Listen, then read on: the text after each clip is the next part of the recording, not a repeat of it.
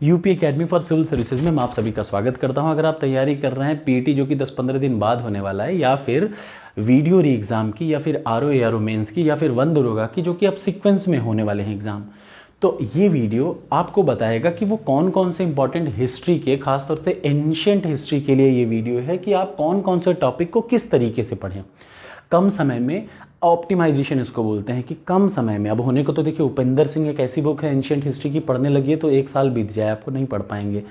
Old NCERT पढ़ने लगिए, बहुत time लग जाएगा। लेकिन बेहतर तरीका क्या है, अगर मैं अपना अनुभव कहूँ तो 20 साल के पुराने पेपर को अगर आप ध्यान से देखेंगे तो आप पाएंगे गिने चुने टॉपिक से फिक्स क्वेश्चन आते हैं। ऐसा नहीं कि इतिहास से कुछ भी आ जाता है। क्या आता है वो मैं बताता हूँ। तो ये इतिहास का है, खासतौर से एंशिएंट हिस्ट्री का।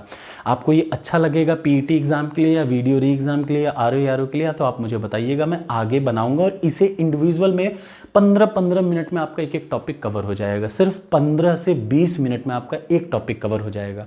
तो ज़बरदस्ती का अब मैं वो नहीं कर सकता कि मैं 1.5 घंटे ऑनलाइन लाइव क्लास ले लूँ, क्योंकि मेरे पास बोर्ड भी नहीं है, प्लस मुझे उतना टाइम मेरे पास खुद भी नहीं है, इसलिए मैं ऐसे ही कर रहा हूँ। तो चलिए स्टार्ट करते हैं। प्लीज़ कमेंट बॉक्स में ज़रूर बताइएगा कि ये कैसा है, आगे बढ़ना चाहिए कि नहीं। चलिए तो देखिए, सबसे पहला टॉपिक पीईटी 2022 का अगर आप एग्जाम दे रहे हैं तो उसका सबसे पहला टॉपिक जीएस का क्या है, इंडस वैली सिविलाइजेशन या सिंधु घाटी की सभ्यता। ये क्या है पहले आप समझिए। इसका जो एग्जैक्ट टाइमिंग था वो 2700 से 1500 के या 1600 के आसपास माना जाता है। सबसे ऑथेंटिक डेटा किसका, इंडस वैली या सिंधु घाटी की सभ्यता का। ठीक, इसमें से आप क्या पढ़ेंगे तो याद रखिए, इसमें से आपको सिर्फ 3 चीज़ें पढ़नी है। सबसे पहला क्या पढ़ना है, रिमेन्स और प्लेसेस। रिमेन्स और प्लेसेस क्या मतलब, किन जगहों से क्या क्या पाए गए हैं। अगर आपके पास लूसेंट बुक है तो मैं आपको बता दूं, ये सामने लूसेंट बुक है। मेरे पास इंग्लिश की है, हिंदी की नहीं है। आप बिल्कुल ये मत समझिएगा कि मैं कोई इंग्लिश का स्टूडेंट हूँ। मैंने शुरुआत में 2 बार हिंदी से भी दिया है, तो इसलिए मुझे दोनों में बहुत ही कंफर्टेबल हूँ मैं।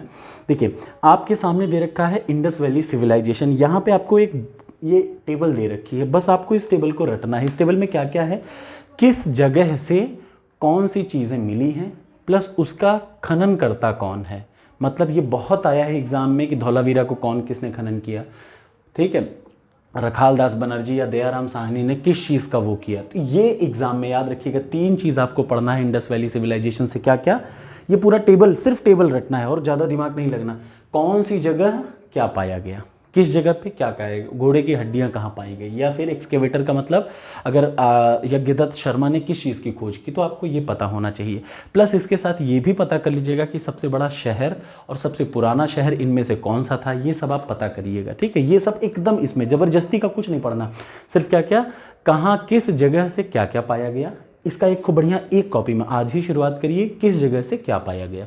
इसका आधे घंटे आपको लगेंगे, नोट डाउन करके 20 बार लिखिए, आपको रट जाएगा। दूसरी चीज़, किस आदमी ने किस जगह का खनन किया, आपका एक क्वेश्चन फिक्स हो जाएगा। तीसरी चीज़, इसमें एक और चीज़ मैं ऐड कर दे रहा हूँ, ठीक है, वो अगले वाले में कर दूंगा। चलिए फिलहाल के लिए ये सिर्फ 3 चीज़ें आपको पढ़नी है, किसमें, इंडस वैली सिविलाइजेशन, इससे ज़्यादा कुछ नहीं आएगा। अब आगे आ जाइए, वैदिक सभ्यता। वैदिक सभ्यता का मतलब देखिए, वैदिक सभ्यता में 2 चीज़ें आती हैं, एक तो ऋग्वैदिक सभ्यता, एक उत्तर ऋग्वैदिक सभ्यता।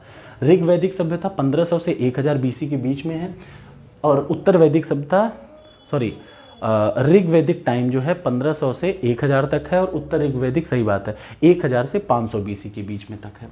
अब वैदिक सभ्यता में आप क्या पढ़ेंगे, तो वैदिक सभ्यता में पढ़ने के लिए जो सबसे ज़रूरी है, याद रखिए, सबसे पहले कौन सा देव किस चीज़ के लिए है, ये याद रखिएगा। ये बहुत ज़रूरी है, जो कि वनडे एग्जाम में पूछा जाता है। प्लस इस वैदिक टाइम की सोसाइटी कैसी थी, आजकल ये बहुत पूछता है। जैसे इसका सबसे शॉर्ट तरीका है KJVJR।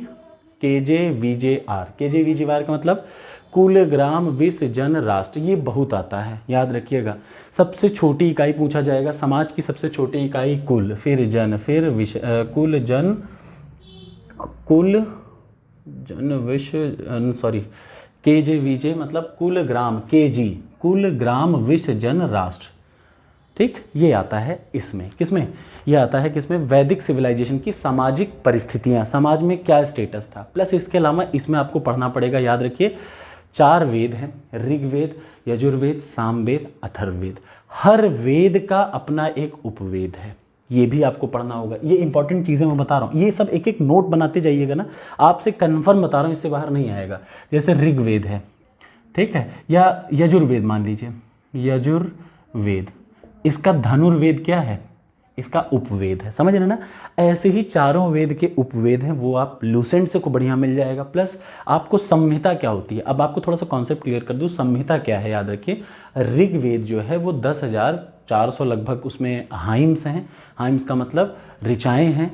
उसको अगर कहा जाए उस ऋग्वेद का सिर्फ मंत्र या पोएट्री कहा जाए, उन सारे मंत्रों का कलेक्शन है क्या, संहिता। जैसे ऋग्वेद एक बहुत बड़ी बुक है, उसको समझने के लिए 4 चीज़ें बनी। सबसे पहला संहिता बनी। संहिता क्या है, उस ऋग्वेद के जितने भी मंत्र हैं, तो पद्य मतलब समझते हैं ना, सॉन्ग टाइप या पोएट्री, सारी पोएट्री लिखी गई है किसमें, सारी पोएट्री उठा के संहिता में डाल दी गई। उन पोएट्री का एक्सप्लेनेशन को बोला गया ब्राह्मण, दूसरा कलेक्शन। तीसरा आता है आरण्यक, जो जंगलों में घूमते हैं उन लोगों के लिए बनाया गया आरण्यक। और इन तीनों को समझने के लिए फिलोसॉफिकल मतलब इनका दर्शन क्या है, क्या लास्ट वाला उपनिषद, क्या है, उपनिषद। समझ में आ गया ना। ये 4 चीज़ें होती हैं किसको समझने के लिए, वेदों को समझने के लिए। तो ये आपको वेद से रिलेटेड हर चीज़ें पढ़ लेनी है। प्लस समाज की क्या स्थिति थी, कुल ग्राम विश्व जन राष्ट्र, ये जरूर पढ़ लीजिएगा। ये आपको किससे पढ़ना है, वैदिक सिविलाइजेशन। तो क्या क्या हो गया, भगवान कौन से भगवान किस चीज़ के लिए थे, सोसाइटी समाज की क्या स्थिति थी, कुल ग्राम विश्व जन राष्ट्र, ये एकदम रट के रहिए, ठीक है। कुल का क्या था, ग्राम का क्या था, ग्रामणी या विश्व का था, कि जो भी था वो सबका एकदम अपना अपना हेड याद रखिएगा। उसके बाद चारों वेद के बारे में, ठीक है, सभी वेदों के बारे में, सभी आरण्यक, बृहदारण्यक है, कोई जितने भी हैं, जैसे मुंडकोपनिषद, सबको पता है, ये बार बार क्वेश्चन आता है, ये सब इन्हीं से आते हैं, याद रखिएगा। वेद, उपनिषद। अगर आपको ना आए तो आप प्लीज़ मुझसे बताइएगा, आप कमेंट बॉक्स में कमेंट करिएगा, मैं इसको बहुत बढ़िया पढ़ा लूँगा। वैदिक, इन सारे टॉपिक को मैं आपको शॉर्ट में 15 से 20 मिनट में एकदम रटा डालूंगा, कहीं से कोई कॉन्सेप्ट आपका एकदम क्लियर हो जाएगा, वो चाहे ऋग्वेद ही क्यों ना हो, पूरा का पूरा, ठीक है, डोंट वरी। अब दूसरा आ जाइए, एक फिक्स क्वेश्चन आता है, चाहे बौद्ध धर्म, अगर बौद्ध धर्म से आया तो ठीक, नहीं तो जैन धर्म से जरूर आएगा। इससे क्या क्वेश्चन आएगा, याद रखिए, इससे क्या आएगा, जैसे बुद्ध हैं तो बुद्ध धर्म से संबंधित चारों, उनके क्या क्या साइन थे, कमल किस चीज़ का साइन है, वो कौन सा साइन है, किस पेड़ के नीचे इनको दर्शन हुआ, इनके जितने सिंबल्स हैं वो याद रखिए। प्लस जैन के जितने तीर्थकर हैं वो सारे तीर्थकों के सिंबल्स याद रखिए। सिंबल मतलब पहली चीज़ क्या हो गया, सिंबल आपको जरूर याद रखने हैं, किसके, जितने भी ये दोनों हैं, चाहे बुद्धिज़्म हो चाहे जैनिज़्म हो। प्लस श्वेतांबर दिगंबर और हीनयान महानयान, उन दोनों के बारे में भी आप बहुत बढ़िया से पढ़ लीजिएगा। दोनों के अपने अपने पार्ट्स हैं, आगे चल के डिवाइड हो गया। प्लस संगीत, पहली संगीत वो समिति जो उन लोगों की बैठक हुई थी वो कहाँ कहाँ हुई थी, समझ रहे हैं, ये बहुत ज़रूरी है। मतलब चाहे बुद्ध धर्म हो चाहे जैन धर्म हो, एक की 4 हुई थी और एक की 2 बैठकें हुई थी, दोनों के बारे में आपको क्लियरली एक जगह लिखते जाइए, बहुत नहीं, मैं विश्वास दिला रहा हूँ, सिर्फ 4 से 5 घंटे लगेंगे। अगला आ जाइए मौर्य डायनेस्टी। सबसे पहले आपके आंख बंद करके आपको ये पता होना चाहिए कि मगध में कौन कौन से आदमी ने कैसे कैसे राज्य किया। तो इसके लिए मेरा एक इतिहास का वीडियो भी आप देख जरूर लीजिएगा, हिस्ट्री का, कि बिहसी नचा भी अस कस यस पाका, पूरा का पूरा मगध इसी में समाहित है, पूरा का पूरा मगध।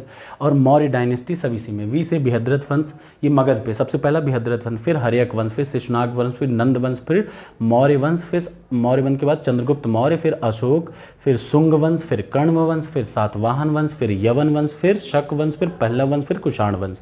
ये सीक्वेंस आप मत भूलिएगा, बार बार ये सीक्वेंस आता है, ये सीक्वेंस आपको रट डालना है। और हर वंश जितने हैं सबका फाउंडर मेंबर कौन था याद रखिएगा, यही आप वनडे एग्जाम में इस तरह क्या एक्सपेक्ट कर सकते हैं, ये फिक्स है।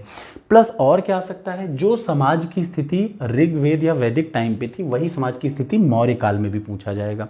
जैसे क्या, ये देखिए GSVC, जैसे इसका शॉर्ट ट्रिक है GSVC, ये क्या है, ग्राम, इसको बोलते हैं ग्राम, ये क्या है संघ, ये क्या है विषय, ये क्या है चक्र। जैसे यहाँ पे ग्राम जन ये था कुल ग्राम विश्व जन राष्ट्र, वैसे यहाँ पे क्या है ग्राम, फिर संघ, फिर विषय, फिर चक्र, ये 4 है। याद रखिए इन सब का अपना अपना हेड होता था, उन सब का नाम आपको पता होना चाहिए। एडमिनिस्ट्रेशन जरूर पढ़िएगा, मौर्य एडमिनिस्ट्रेशन। अब आप पूछेंगे मौर्य में क्या क्या पढ़ें, एक तो सीक्वेंस आपको रट गया, दूसरी चीज़ समाज की स्थिति याद हो गई, तीसरी चीज़ आप इसके सीक्वेंस में और क्या पढ़ सकते हैं, तो याद रखिए एक आपको अशोक पढ़ना है और दूसरा आपको चंद्रगुप्त मौर्य के बारे में थोड़ा डिटेल में लूसेंट उठाइएगा, पढ़ लीजिएगा, बहुत है, मोर देन सफिशिएंट।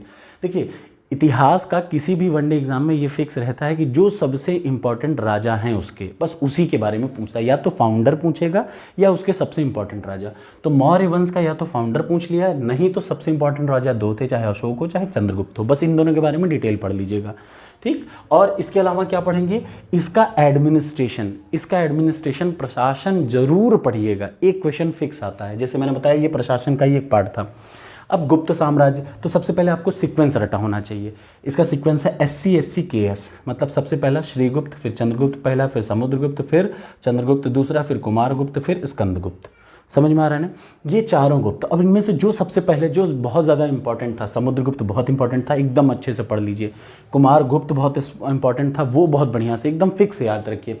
इसमें सबसे ज़्यादा समुद्रगुप्त को आपको बहुत ध्यान से पढ़ना है, बहुत ही अच्छे से फिक्स क्वेश्चन आएगा। और क्या पढ़ सकते हैं, एडमिनिस्ट्रेशन, प्रशासन पढ़ना है आपको, किसका, एक गुप्त वंश में किसका क्या सीक्वेंस पढ़ लिया, प्लस प्रशासन पढ़ना है। प्रशासन में आप क्या पढ़ेंगे, जैसे अभी तक आप यहाँ पढ़ रहे थे कि कुल ग्राम विश्व जन राष्ट्र, ये होता है उसमें वैदिक पीरियड में। इसका शॉर्ट ट्रिक है, देखिए KGVGR के, इधर क्या है GSVC, और तीसरा वाला जो है वो क्या है GVVB। G का मतलब ग्राम, V का मतलब विथिक, V का मतलब विषय, B का मतलब भोग। ग्राम विथिक विषय भोग, ग्राम विथिक विषय भोग, ये क्या है, इसका प्रशासन है, किसका, गुप्त साम्राज्य का, ठीक है। आगे चल के फिर आता है हर्षवर्धन का, 606 से 647 में। सिर्फ आपको ये पढ़ना है पुलकेशिन द्वितीय से कौन सा युद्ध हुआ था, कहाँ पे क्या था, और इनके कौन से प्रशस्ति, प्रयाग प्रशस्ति के बारे में क्या लिखा है, उस प्रशस्ति के बारे में पढ़ लीजिएगा। और सबसे ज़रूरी 10 राजपूत किंगडम थे। 10 राजपूत किंगडम का एक शॉर्ट ट्रिक मैं आपको अगले या आने वाले वीडियो में बताऊँगा, उसको आप रट डालिए। बस हिस्ट्री में, एंशियंट हिस्ट्री में इतना। इसमें को पढ़ने में कितना टाइम लगेगा जानते हैं, बस जितना मैं कह रहा हूँ इतना आप पढ़ने लगे तो 4 घंटे। आज अभी बैठिए और 4 घंटे में नोट्स के साथ मैंने जो जो बता रखा है सिर्फ आप उसका नोट्स बनाते रहिए। आप लास्ट में देखेंगे कि यही सारे एग्जाम में, वनडे एग्जाम में आते हैं। अब एक बार आपने इसको पढ़ लिया तो लास्ट काम क्या करना जानते हैं, एक काम जरूर करिएगा। अगर आपके पास घटना चक्र हो, घटना चक्र, वो चाहे इंग्लिश की हो चाहे हिंदी की, ऑब्जेक्टिव वाली, कई लोग सब्जेक्टिव ले रहे हैं, मैं सब्जेक्टिव की बात ही नहीं कर रहा हूँ, मैं सिर्फ कह रहा हूँ घटना चक्र की ऑब्जेक्टिव ले लीजिए और जो जो टॉपिक पढ़ रहे हैं वो टॉपिक को एक बार सॉल्व कर लीजिए बस।